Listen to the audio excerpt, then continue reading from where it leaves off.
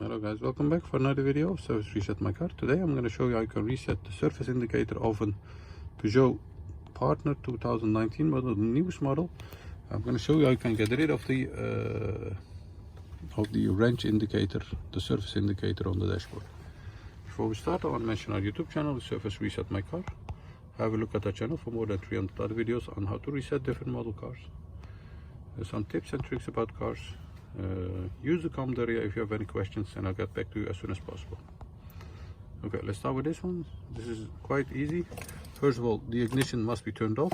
Then we have three buttons over here. The set button with a wrench on it. Press it, hold it, turn it back on the ignition, and as you can see, the indicator starts counting back over here from 10 to 0, and when it reaches 0 you can let go of this button and the indicator must have been reset.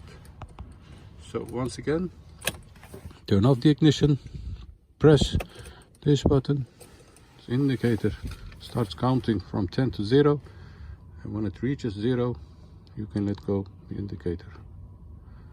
That was it. Thank you for the time.